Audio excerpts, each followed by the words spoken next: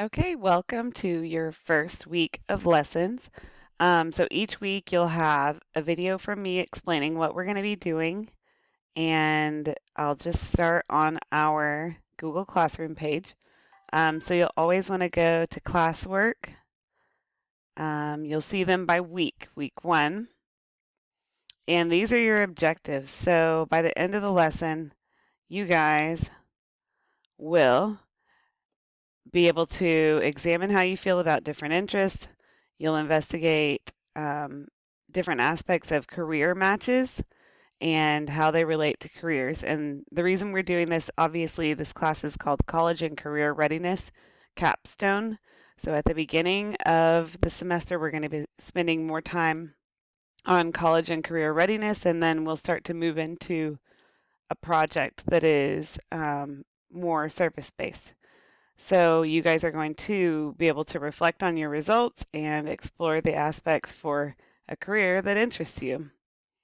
So each week, your lessons will be by week, and you can see here all 5 days will be available right at the beginning. So you guys can do these assignments uh, at whatever time is comfortable for you.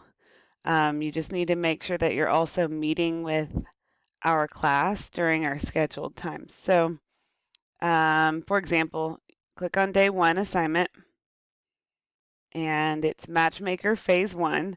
You're going to use the Zello app in your My Apps for ClassLink, and you'll complete the Matchmaker quiz. You'll save at least 3 careers, and then you'll do this daily assessment. The daily assessment is how I know you did the work. So you can go into Zello and do all of this, but if you don't do the daily assessment, you didn't do the assignment. So I wanted to show you in your My Apps. So when you go to myapps.classlink.com/home and you log in, all your apps are here. Zello is with an X, X-E-L-L-O. So you'll scroll down to the bottom, and here it is.